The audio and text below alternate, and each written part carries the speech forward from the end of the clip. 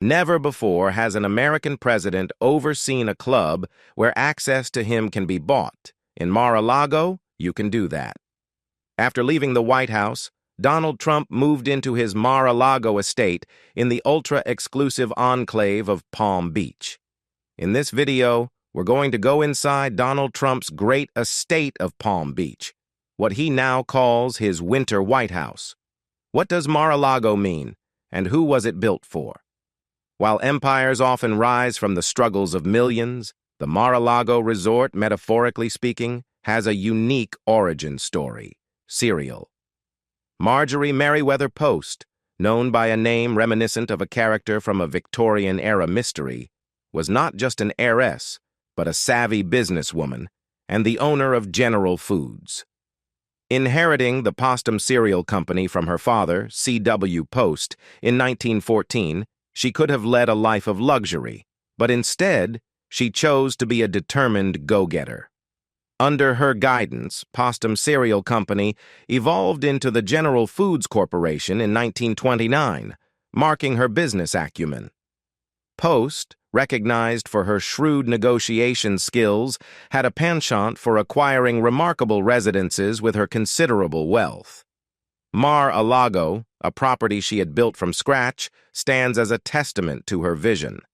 Beyond her business prowess, Post showcased her strategic thinking in real estate dealings. In 1922, already owning a property named Hogarcito in Palm Beach, the 35-year-old Post embarked on an unwavering quest for undeveloped land to construct her grand abode, aptly named the Big Home. With a prime location between the Atlantic Ocean and Lake Worth, Post secured a perfect 20-acre parcel that granted her unrivaled prestige among Palm Beach's 1,200 residents. 5 years of determined effort later, Post's palace stood proudly completed. Construction of the Mar-a-Lago resort commenced in 1923 and wrapped up in 1927, just as the Great Depression loomed on the horizon, according to Smithsonian. Marjorie Merriweather Post spared no expense, investing a whopping $90 million to bring her holiday home dream to life. The construction was a lavish affair, even by the opulent standards of Palm Beach, involving a workforce of 600. Debbie Murray, chief curator of the Historical Society of Palm Beach County, noted, "Construction began in 1923, and Florida entered the Depression earlier than the rest of the country." Despite economic challenges, Post, whose wealth came from edible products, made sure her workers were well fed. Upon completion, Mar-a-Lago's sprawling 110,000 square feet could accommodate numerous families seeking respite. Inside this billionaire's retreat, grandeur reigned with 42-foot ceilings overlooking an expansive 1,800-square-foot living room, along with 58 bedrooms, 33 bathrooms, and an array of ornate decorations, complemented by flowing silk. To mark the grand achievement, Post, accompanied by her second husband, Edward F. Hutton, donned costumes reminiscent of the reign of Lois XV and hosted a feast for local dignitaries. The inception of Mar-a-Lago marked the realization of her dream, part of a series of opulent estades constructed with the audacity of pre-Depression wealth, as highlighted by Shanklin. Positioned between the Atlantic Ocean and the Intracoastal Waterway, the estate derives its name, meaning sea to lake in Spanish. The estate's intricate features include 36,000 Spanish tiles, some dating back to the 15th century, river stones from Long Island adorning the patio floor, and 3 boatloads of stone imported from Italy for walls and sculpted figures. While the construction cost would equate to about $30 million today, local newspapers, including the Palm Beach Post in 1926, expressed some skepticism, albeit unwarranted. The Palm Beach Post declared Mar-a-Lago will be one of the most pretentious dwellings in Palm Beach. Despite initial doubts, Mar-a-Lago proved to be well-financed and well-built. It weathered 2 devastating hurricanes within its first 18 months, including the notorious hurricane of 1928 that claimed nearly 2,000 lives in Florida. Remarkably, the estate suffered minimal damage, with Marjorie Merriweather Post noting the hurricane as the most dreadful storm. It shattered a large window, uprooted 36 palm trees, and deposited 2 mules from a nearby construction site onto the grounds. Who was the first owner of Mar-a-Lago, and who came next? Marjorie Post Hutton played a pivotal role in Mar-a-Lago's history, not only in finding the land but also in overseeing its design and decor. Using her family's wealth, she transformed it into what Shanklin aptly describes as her winter trophy estate. Despite her significant contributions, the societal norms of the time led to frequent references to it as E.F. Hutton's Mar-a-Lago by society columnists. E.F. Hutton, Marjorie's husband from 1920 to 1935, shared a connection with the estate. In 1925, a Palm Beach Post columnist expressed admiration for the couple, emphasizing the importance of individuals like the Huttons in upholding Palm Beach's traditions and remaining loyal to the resort. However, the couple's enthusiasm for Palm Beach seemed to wane shortly after Mar-a-Lago's completion. Locals complained that they were rarely present during the winter months, and eventually the couple divorced after their 15th anniversary. Following the divorce, Marjorie welcomed a new husband to the grand estate the same year, marking a turning point in Mar-a-Lago's history. As Shanklin notes, the Hutton divorce wedged open the manse's round-arched main entrance to a long parade of unlikely individuals and high-profile battles that would eventually come to define its very character. Among the intriguing individuals associated with Mar-a-Lago in the future were Michael Jackson and Lisa Marie Presley, Elvis Presley's daughter, who chose the estate as their honeymoon destination in 1994. Adding yet another layer to its storied past. Mar-a-Lago almost became a winter White House. Before Donald Trump entered the scene, Mar-a-Lago had already been recognized for its historical significance. Described by Shanklin as an ode to roaring 20s excess, the estate was considered a memorial to the lavish American lifestyles of the past, earning it recognition as a national landmark. For the majority of her life, Marjorie Merriweather Post dedicated nearly 2 months each year to Mar-a-Lago. However, in her later years, Post envisioned a transformation for the estate. She aimed to turn it from a splendid architectural masterpiece with limited functionality into a national attraction for tourists. Post's motivation was to safeguard the property from potential destruction during her absence. Marjorie, already planning her bequests in the 1950s, made headlines in 1963 when she deeded the lavish estate to Florida. In her proposal to Florida authorities, as reported by the Palm Beach Post, she suggested repurposing Mar-a-Lago as a place to house people of importance, a presidential retreat, or temporary quarters for visiting heads of state. After a prolonged negotiation period, the federal government accepted Mar-a-Lago as a winter White House in 1972. However, this acceptance came with the condition that Post would be responsible for covering the majority of maintenance costs. While money wasn't a concern for the affluent heiress, it presented challenges for government officials. The federal government's decision to take ownership of Mar-a-Lago was driven by the fact that others were reluctant to claim it. Neither the heirs of Post nor the state of Florida, which briefly entertained the idea of establishing the Mar-a-Lago Center for Advanced Scholars, were eager to take on the property. Interestingly, a Saudi king expressed interest, but Marjorie declined to rent or sell it to him. Established as a National Historic Site in 1969, Mar-a-Lago was handed over to the National Park Service in 1972. Unfortunately, Post passed away in 1973, leaving limited funds to sustain Mar-a-Lago's ongoing maintenance.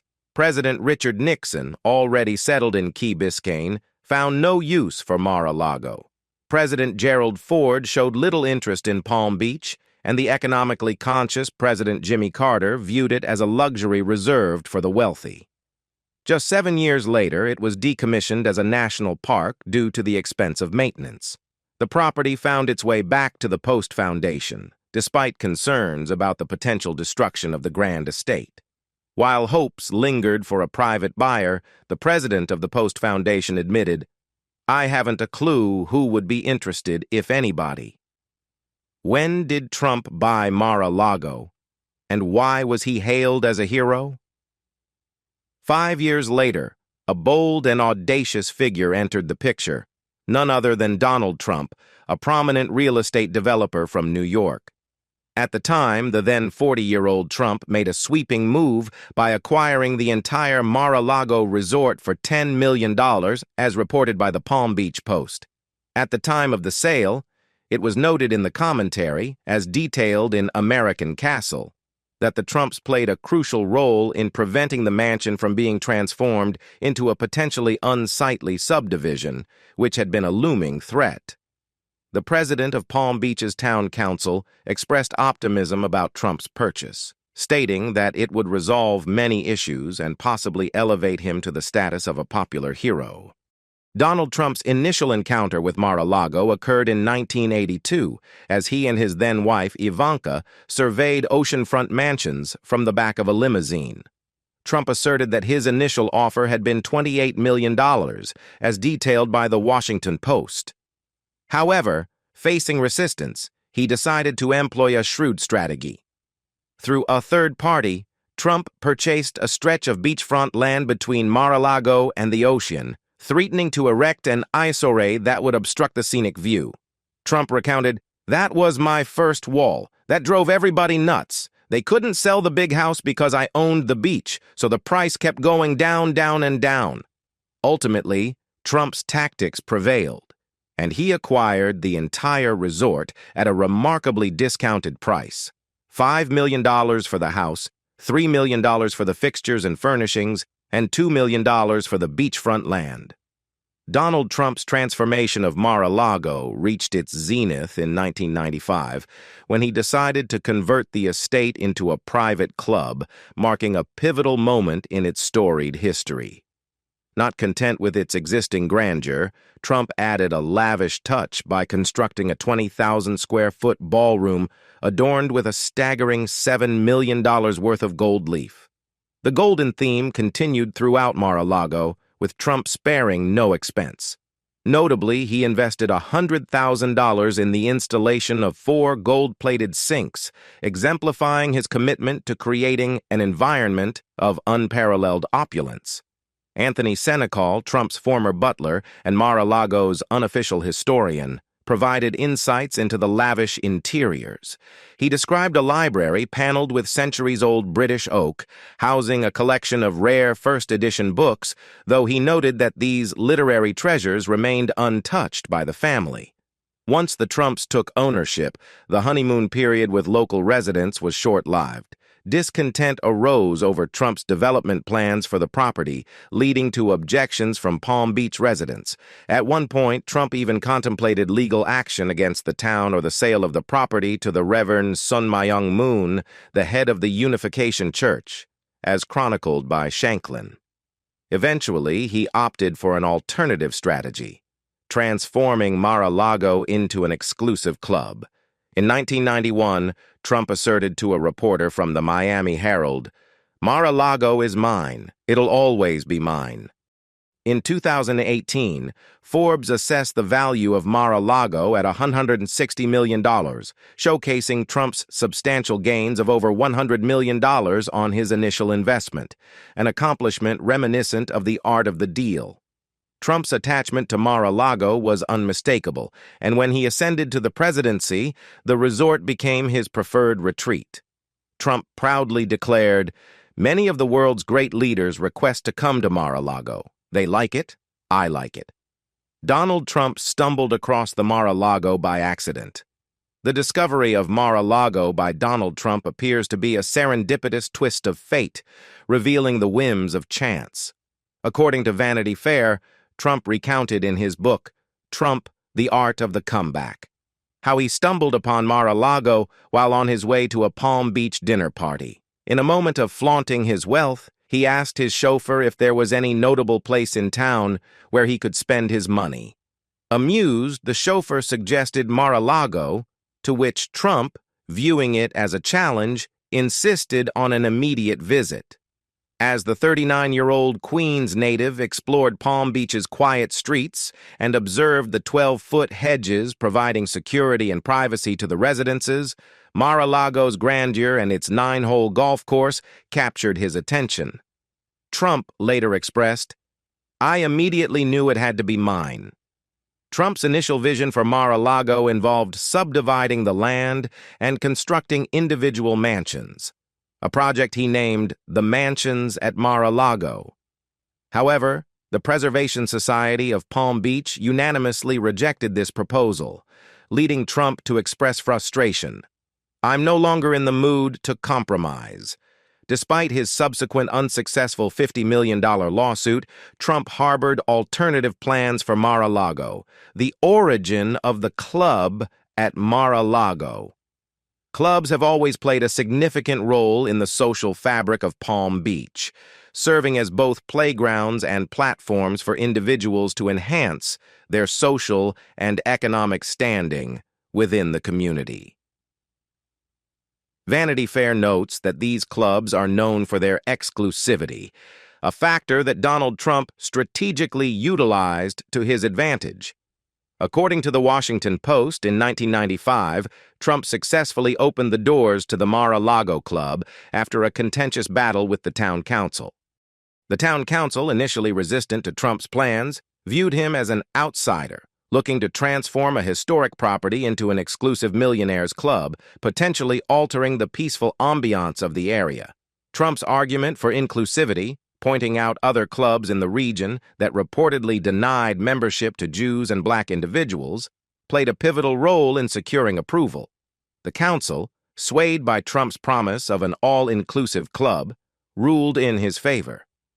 Despite facing skepticism from some quarters, Trump emphasized his commitment to making Mar-a-Lago a place for everyone in Palm Beach. The Palm Beach Chamber of Commerce executive director, expressing a less than enthusiastic sentiment, stated, "It's all about the Trumpster. I would venture to think that Old Palm Beach doesn't consider him one of their own." In response, Trump took a philosophical stance, highlighting that, regardless of personal opinions, Mar-a-Lago had become a crucial and remarkable part of Palm Beach. ABC News reported that Trump later cited the estate as a testament to his strong commitment to equality. How much does Mar-a-Lago membership cost?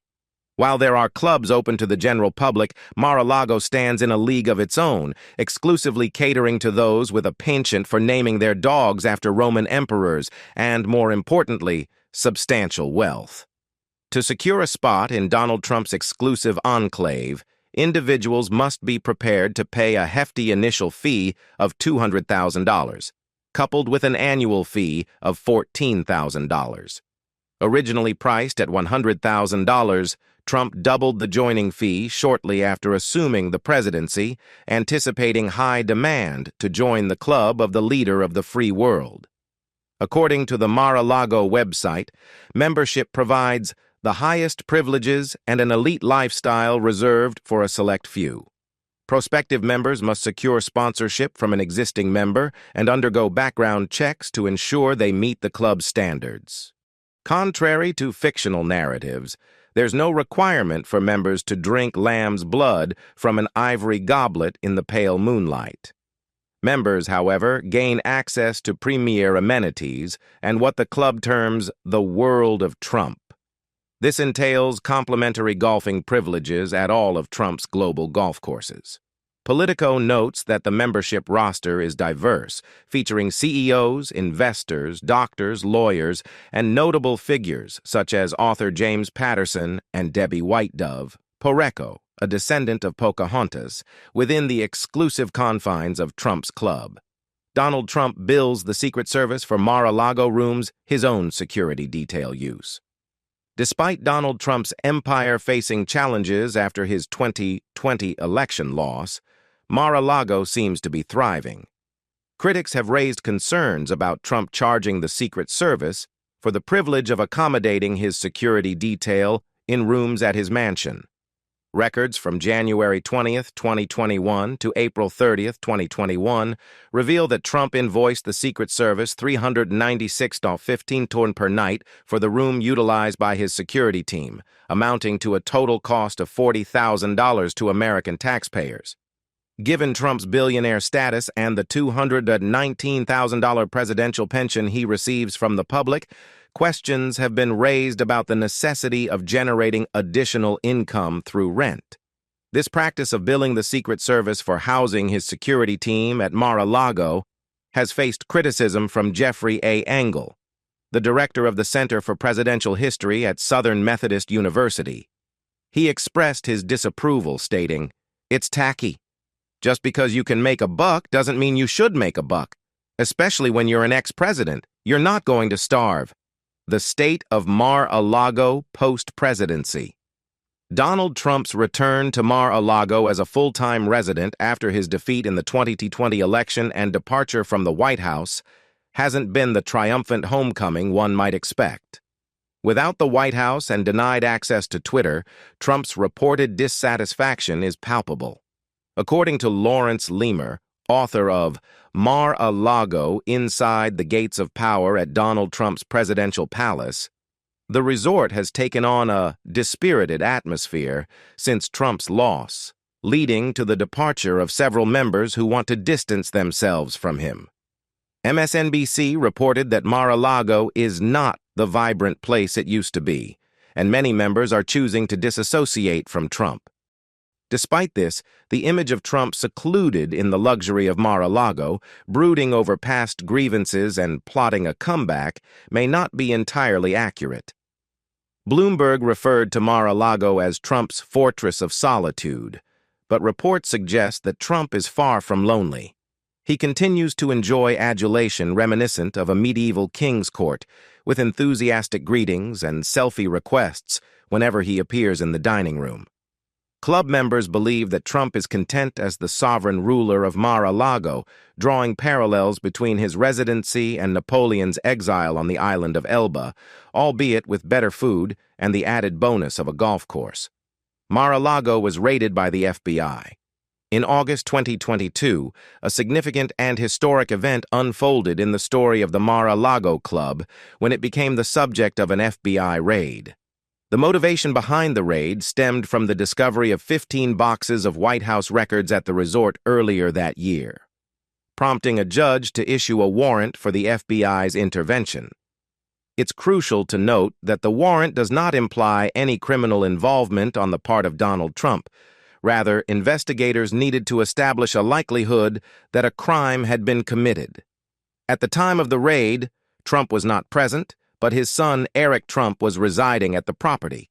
Responding to the raid, Trump released a statement expressing his view on the situation, stating, "These are dark times for our nation, as my beautiful home, Mar-a-Lago in Palm Beach, Florida, is currently under siege, raided, and occupied by a large group of FBI agents. Such an assault could only take place in broken third world countries. Sadly, America has now become one of those countries, corrupt at a level not seen before. They even broke into my safe." Outside Mar-a-Lago, supporters of Trump rallied with flags and music in a display of solidarity. The Independent reported that a man from Pennsylvania, Adam Bees, faced charges for threatening to kill a significant number of FBI agents in retaliation for the raid. Despite speculation, GOP Representative Liz Cheney emphasized to ABC News that there was no evidence suggesting that the raid, which thrust Mar-a-Lago back into the spotlight, was politically motivated. The mystery of the Mar-a-Lago papers. The central enigma surrounding the Mar-a-Lago documents revolves around the question of why Trump chose to retain them. Numerous speculations have emerged, delving into the motivations behind this puzzling episode. One prevailing theory suggests that Trump, driven by a somewhat childlike obsession, had a desire to collect knickknacks and, perhaps innocently, sought to preserve some presidential memorabilia, Associates claim that Trump conveyed to them that he considered certain documents, including his love letters from North Korean dictator Kim Jong-un, as his personal property. His desire extended to maintaining possession of a model of Air Force One featuring a custom paint job he had commissioned for the presidential jet, leading to resentment against imposed restrictions. There are indications that he might have believed he could monetize the material, with reports suggesting boasts of possessing intelligence on Emmanuel Macron's personal life. However, the motivations might not be entirely benign. Sinister explanations have been posited, suggesting that Trump could be safeguarding something from his enemies or contemplating the sale of sensitive information abroad. Michael Cohen, Trump's former attorney, has presented a more ominous perspective, arguing that, in the event of a conviction related to the Capitol assault on January 6, 2021, Trump might have sought to extort the country using his secret files as leverage. The mystery surrounding the Mar-a-Lago documents thus unravels a complex tapestry of motives, leaving ample room for speculation and interpretation.